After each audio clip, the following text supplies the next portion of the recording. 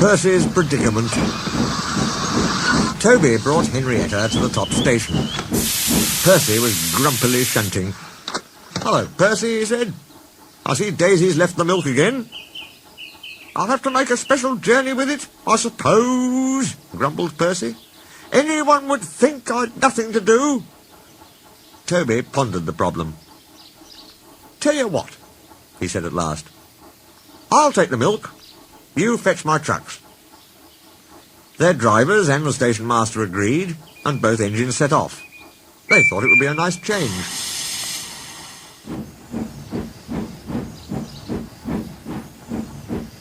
Percy trundled away to the quarry. He'd never been there before. "Bit steep," he thought. "No, I can manage. Trucks don't dare to play tricks on me now."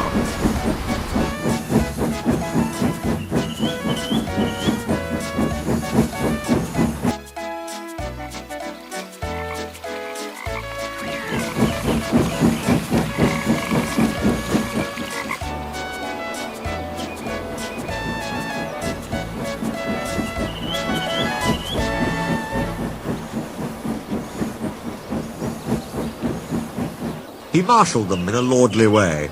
"Hurry along there," he said, and bumped them as they dallied. The trucks were annoyed. "This is Toby's place," they grumbled. "Percy's got no right to poke his funnel up here and push us around." They whispered and passed the word. "Pay Percy out." At last they were all arranged. "Come along," puffed Percy sharply. "No nonsense." "We'll give him nonsense," giggled the trucks. But they followed so quietly that Percy thought they were completely under control.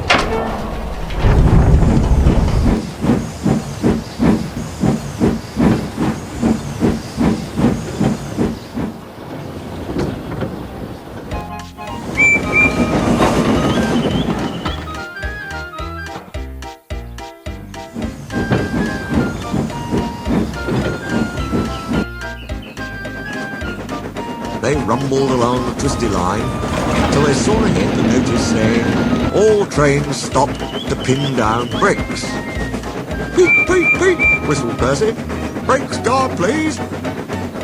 But before he could check them, the trucks surged forward. On, they cried. Percy, taken by surprise, couldn't stop them, and in a moment they were careering down the hill. "Help, help," whistled Percy.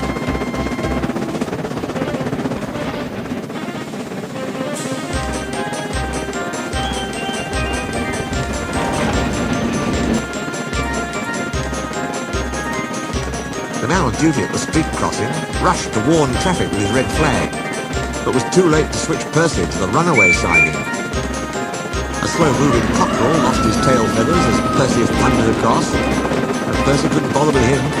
He had other things to worry about.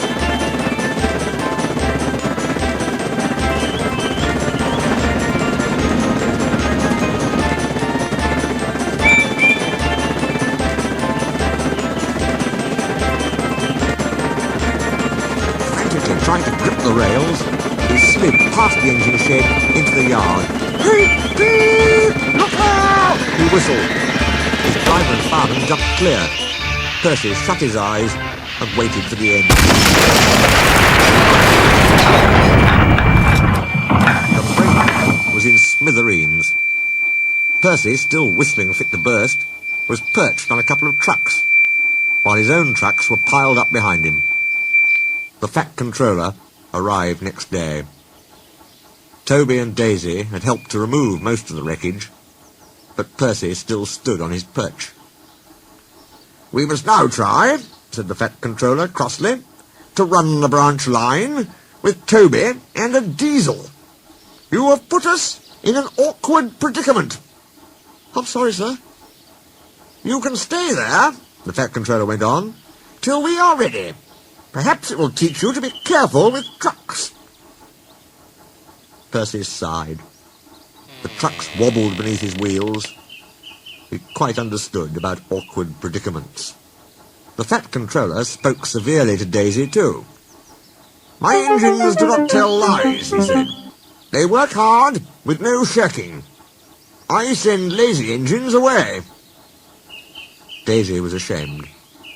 "However," he went on, "Toby says you worked hard yesterday after Percy's accident, so you shall have another chance." "Thank you, sir," said Daisy. "I will work hard, sir. Toby says you'll help me." "Excellent. What Toby doesn't know about branch line problems," the Fat Controller chuckled, "such as, balls, isn't worth knowing. Our Toby is an experienced engine." Thomas came back next day, and Percy was sent to be mended.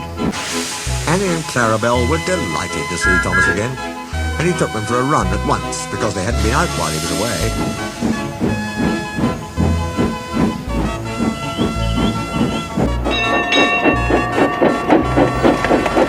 Thomas, Toby and Daisy are now all friends.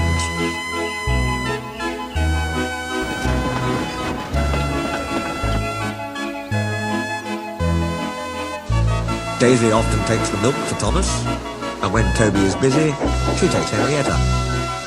Toby has taught Daisy a great deal. She shooed a cow off the line all by herself the other day. That shows you, doesn't it?